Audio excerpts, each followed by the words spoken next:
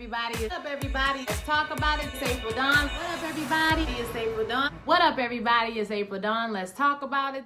What up, everybody? It's April Dawn. Let's talk about it. This is Power Book 2 Ghost Season 1, Episode 2. Now, this episode, we got a little bit more information. We got to see James' funeral. We got a little bit more world building and a little bit, we got a little sex scene this week. So, we got a little more information. I don't want to waste any time. So, let's go ahead and get into it. So, we start off the episode with Tasha. She's meeting with Paula. This is Mr. McLean's, Mr. Davis, the lawyer, Method Man's. This is his investigator. So, you know how every prosecutor or defense has their lead investigator. So, she's his lead investigator. And she tells him whatever privileges that she have is going to extend, towards her too. Tasha is like, okay, well, can I afford you? And Mr. McLean is like, listen, you can't afford me at this time, not even right now, girl. So like, when can I expect the payment? I thought Simon Stern was paying for it, girl. I don't know why you thought that. She says she's going to get him the money, don't worry about it, just let her handle it. So they start asking her about Ghost and Tommy, and was your husband Ghost? She says yes, he was Ghost.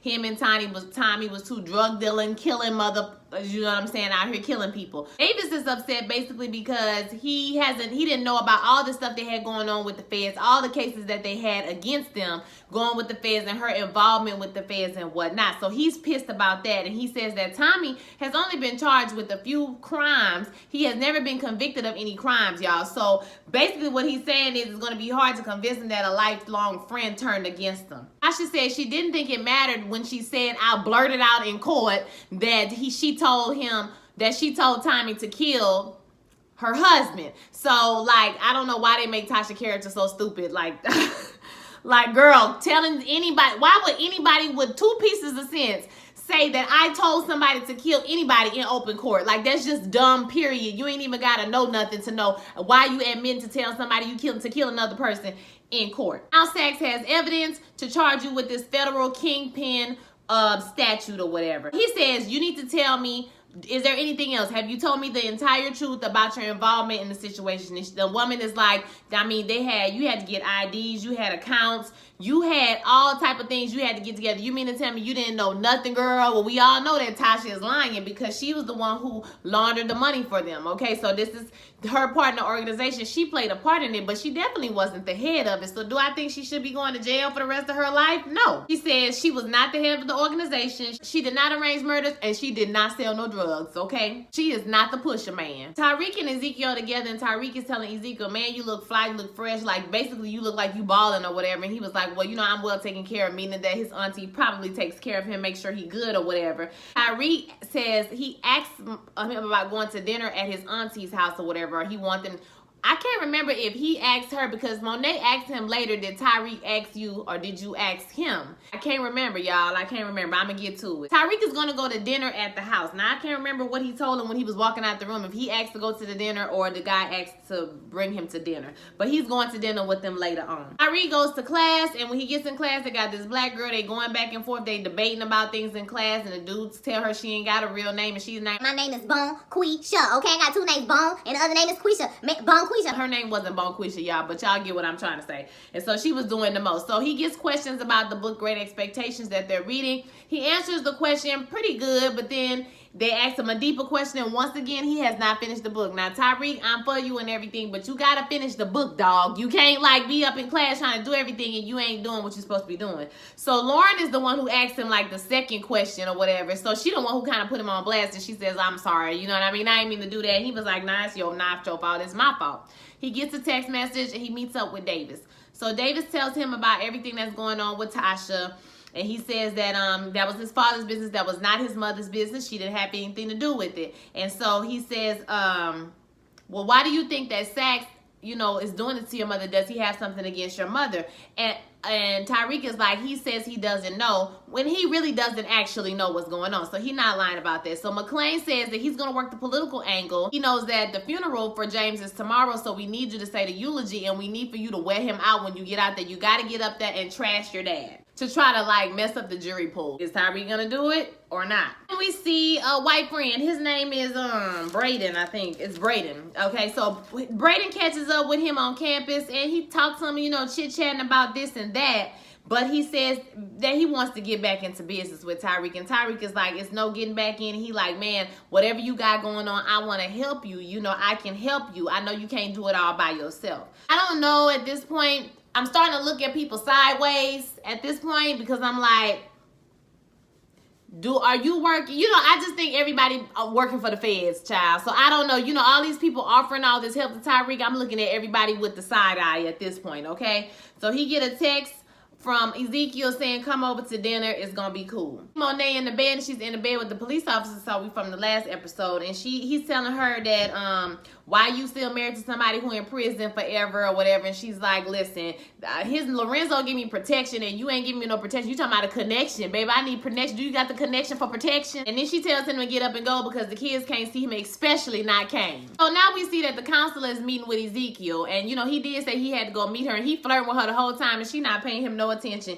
She asked about Tyreke, and he said, well, you know, he going through a lot. He's great, but you know, he going through a lot with his family right now. I think his dad's funeral is tomorrow. And she's like, oh my God, are you going to the funeral? He was like, nah, we don't talk like that or whatever. But he's still trying to get in, you know, trying to holler, and she's not paying him no mind. She is consumed with what's going on with Tyreke. She rushes him out of the room, and he said, okay, girl. Now, one thing I don't let my students call me is girl. I'm not your girl, okay? I'm not your girl. Okay, girl, I'm gonna see you at the such and such. I was like, what?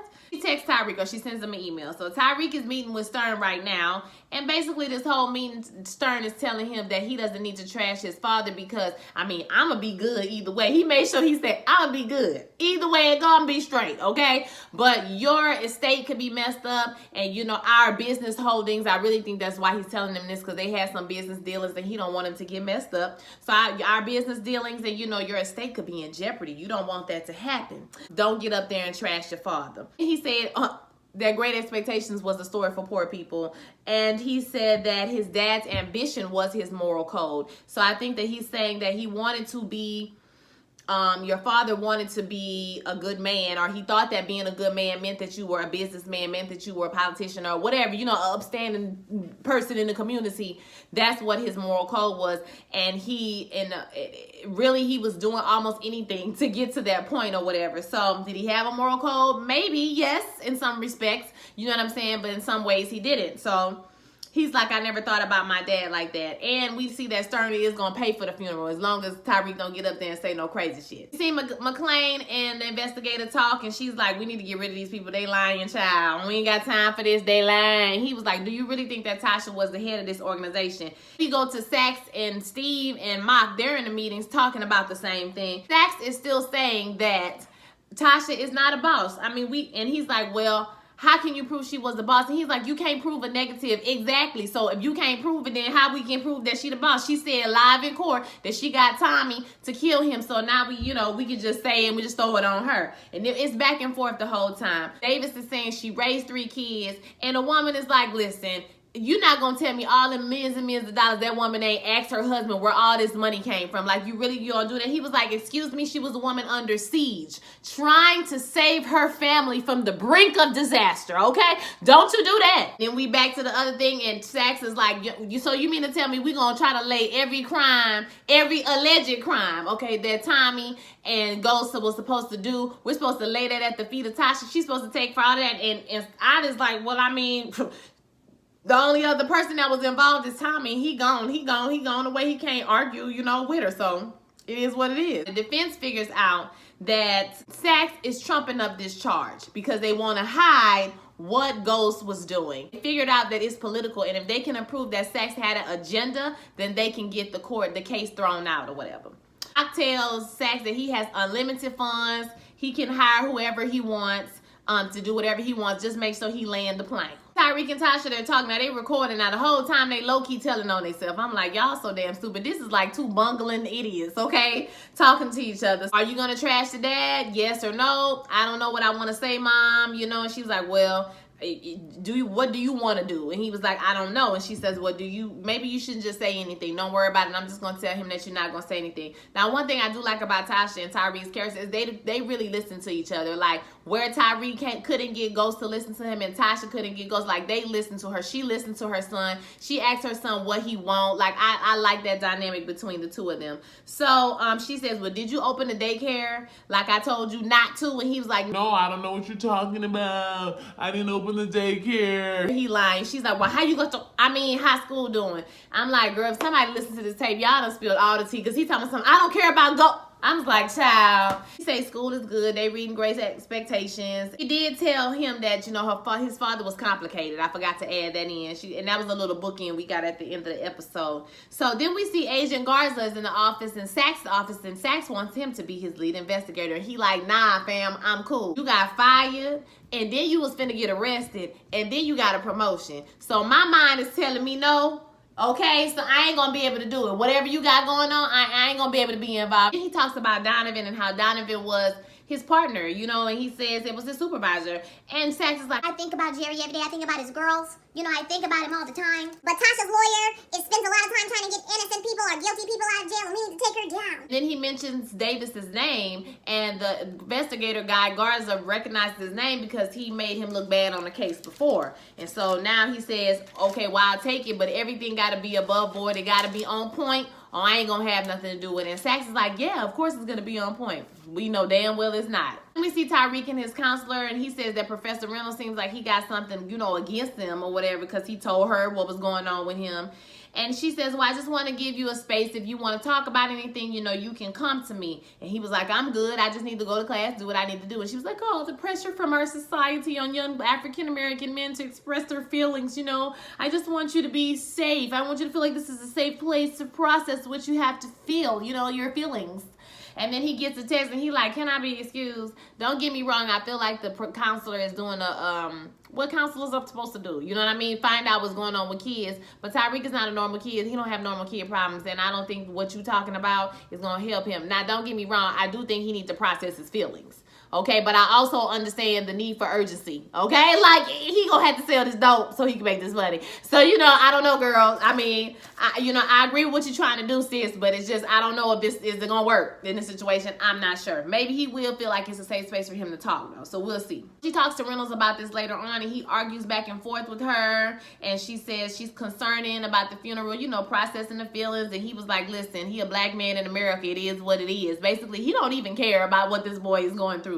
So she says, well, the students are going to hold a vigil for him. And he's like, bro, what the you doing? Like, he already got enough heat out here for him. So I did like when he was getting her together, like, stop trying to do this touchy-feely stuff because there's no safe place. And you trying to do this thing where you trying to give him sympathy. Now, I do think a little bit he was projecting, like his feelings or whatever onto her. But I do think that he was telling her some things like, you need to listen. The boy said he didn't want to talk.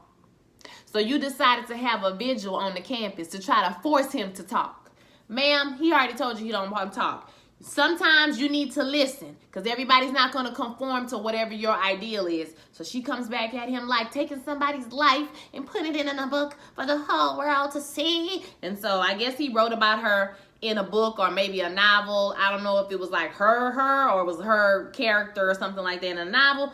Whatever. And he tells her he's so sorry about that, he can't say that he's sorry enough. And then he tells her, well, she tells him, he tells her, why you got me this job if you ain't know it was gonna go down, baby, it was gonna go down. And so he come up to her and hug her and kiss her, and they start screwing on the table, child. And I was just like, how y'all was just arguing? Girl, I don't know. We needed a sex scene, so I was here for that. You see her talking to her friend. I think it's her homegirl or something. She's like, girl, if you gonna tell me this is gonna go different, bitch, I'm finna run into traffic, bitch. I don't have time for this shit tonight. No, I'm not saying that. I guess I thought, he got put in my department and there was an opening and then, he got the job and I just thought, he had moved on. And she was like, well, why you think he moved on if you ain't moved on? She's like, well, I thought I had moved on. What if he's my person? She was like, girl, now you acting like the bitch that he wrote about in the book, okay? Being your sponsor, I'm gonna tell you, don't be around here by yourself, don't close the door, talk about work only, X, Y, Z. So having love and sex edition, It's something that you need to, work on. Basically, it's not going to work with you having a love and sex addiction. I said, the bitch got a love and a sex addiction? Oh my God. How is that going to manifest? Somebody definitely going to take advantage of that this season, y'all. I don't know who it's going to be. I hope it ain't Ezekiel. Okay, it probably ain't going to be Ezekiel, but it might be Tyreke. Who knows? Tyreke might get some vintage puss. Who knows? Tyreke is at the dinner with Ezekiel and Monet and Diana, and they just having chit-chat about class and nothing important. And then we get a knock at the door, and it's Uncle Frank. So Uncle Frank has come home from jail. All of a sudden, he just shows up unannounced. He says, hey to everybody. He kind of get an icy greeting from Monet. He said something about Diana done filled out nice. I said, no, you didn't. Ew. He tells her that, well, he needs some help. And Lorenzo said that, she in charge. And she like, no, he didn't. Lorenzo ain't tell you he was going to help no damn body. That's how I know you lying. She said, you need to get the hell out. And he was like, well, I mean, you running things now. And, she was like, dinner is over. Pack the shit up. Take your uncle to go get a drink. Get the car. Take him home. X, Y, Z. So she tells Kane to take Tyreke home. Kane takes Tyreke out somewhere and is like, about to threaten him with the gun. What happened in the house, stay in the house. And he was like, I didn't talk to you because I think you hide. And Tyreke is like, listen,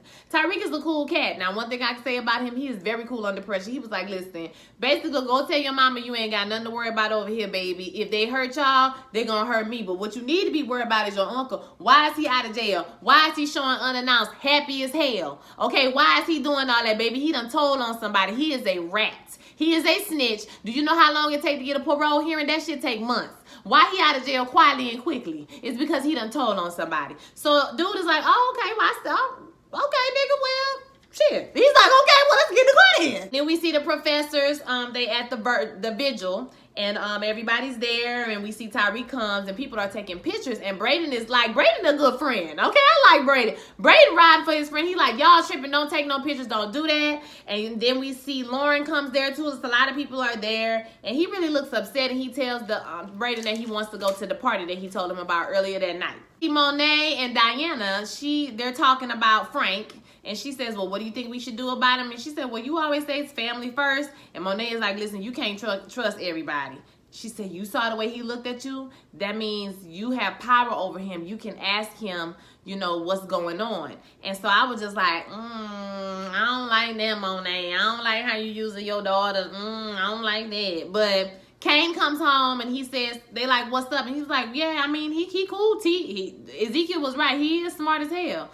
And they did figure out, I forgot to say that Monet and Diana did figure out that he's a snitch, that Uncle Frank is a snitch. She said the same reasoning that Tyreke had. So when Kane comes home, he tells them that, what Tyreke said and that he is smart. Monet is like, I need for you to learn everything you can learn about this boy. At the party, everybody having a good time, right? And we see that Brayden has a little argument with his brother as they walking through the party. And he says something about, we don't allow skid marks. We don't allow skid marks. At first I thought he was like joking with his brother, but then I was like, is he talking about Tyreke? Because I'm finna get pissed off. Okay, I'm about to get upset. Another guy recognizes Tyreke from everything that's going on in the corner. He's like, man, you kind of like a celebrity. And that's when Brayden was like, man, we could rack up in here. You tripping, like we can make some money. So the police come to the party and break it up. And then Brayden's brother goes to the door and he get into it with the police officer. He punched the police officer out. And they're about to take him to jail when Brayden steps in and is like, I'm sorry, that's my brother, my name is Brayden Weston. And they're like, Weston, they were like the gym? Like, yeah, like the gym. You mean like the pool? Yeah, like the pool. And he was like,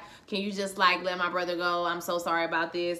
And they let his brother go, and his brother is a straight asshole. He's standing up like, yeah, you know what I'm saying? Clout. Okay? Clout. And Tyreke get the eye on him like, oh, okay, yeah, I see you. So we see Tasha in jail, and she overhears the guard and a woman talking about getting a morning after pill in the jail for her. And we see McLean and Sachs, they meeting with a judge, and they're talking about they're gonna get the DA, the lady, to come and talk about the whole situation. So he argues about how you had a federal arrest warrant in your pocket. You put this whole case up so you could take it over, and so they decide they're gonna get Miss Sullivan there to testify and tell her what happened. So now we're at the funeral, and we see Grandma, we see Yaz, and we see Rain. They're at Raina's grave, and Tyreke. They're at Raina's grave before the funeral gets started. They visited her grave.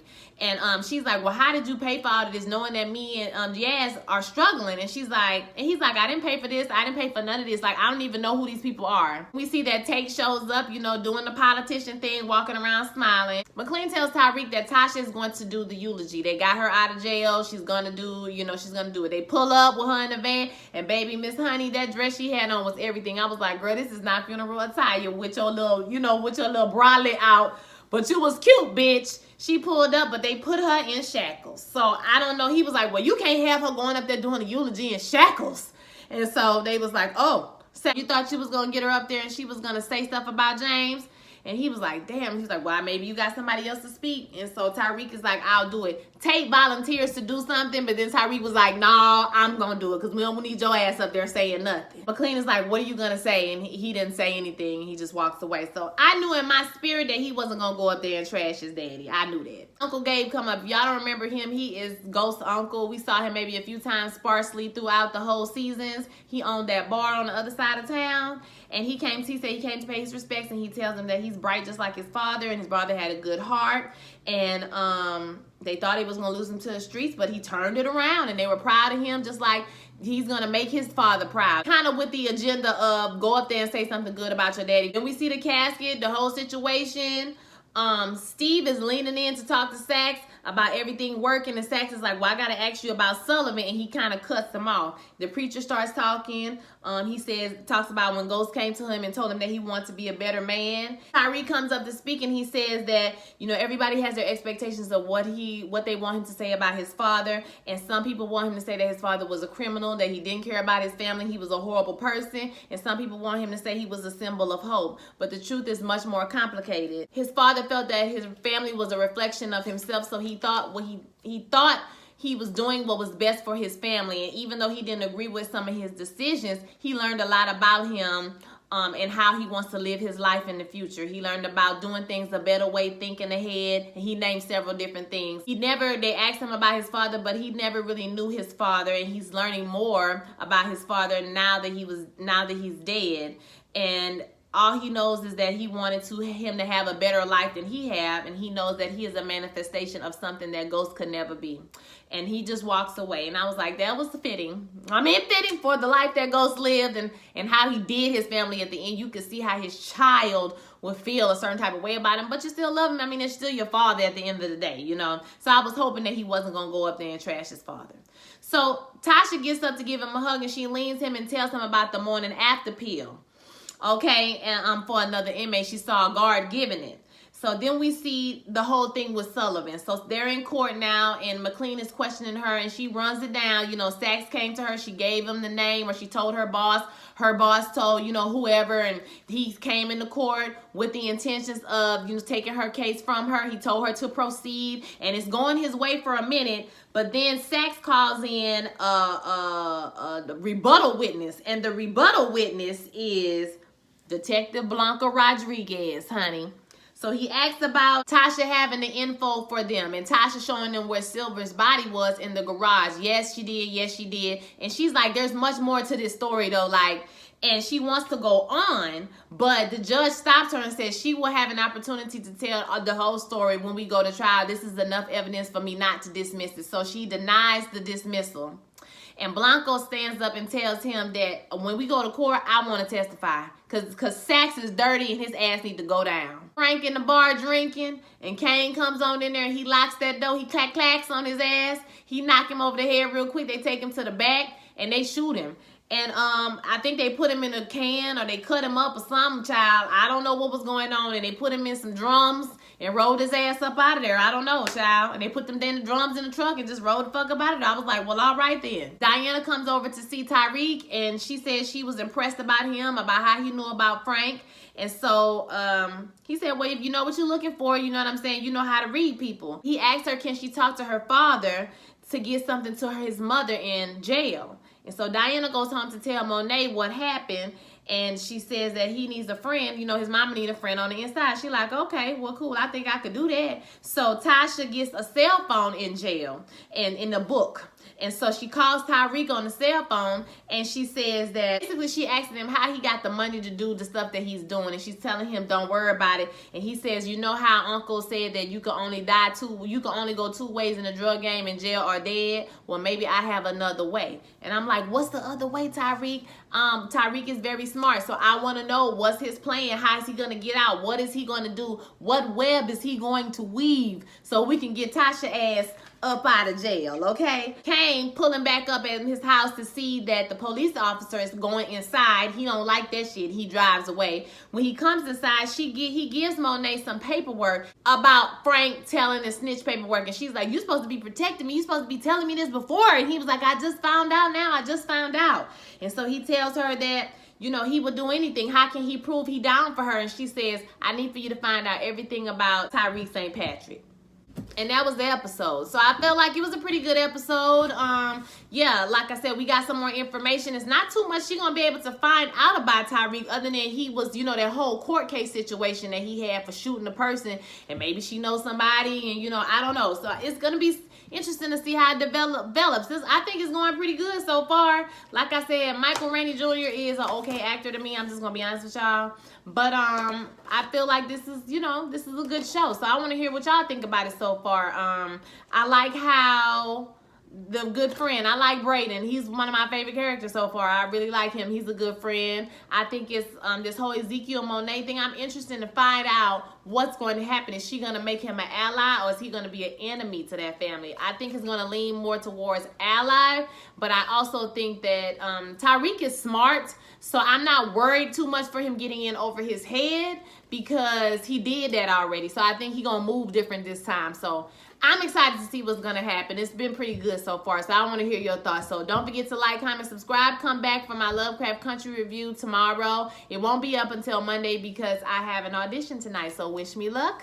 It's a virtual audition too, so we'll see how that goes. So yeah, so that's going to be from 6 to 10 tonight, so I will have to watch Lovecraft Country tonight. I got to go to work in the morning, so back to the job in the morning, like to the building, okay? So I'm getting up and going in the morning, so you probably won't get that review until tomorrow evening, or maybe even Tuesday morning, okay? I'm going to do my best to maybe try to tape it tonight, at least watch the episode tonight. All I have to do is tape the video. So I know that's long and extra, but thank you guys for watching this video. All my new subscribers, shout out to you. I will holler at y'all next week. Don't forget to like, comment, subscribe, share this video with all your friends, and I will holler at y'all next week.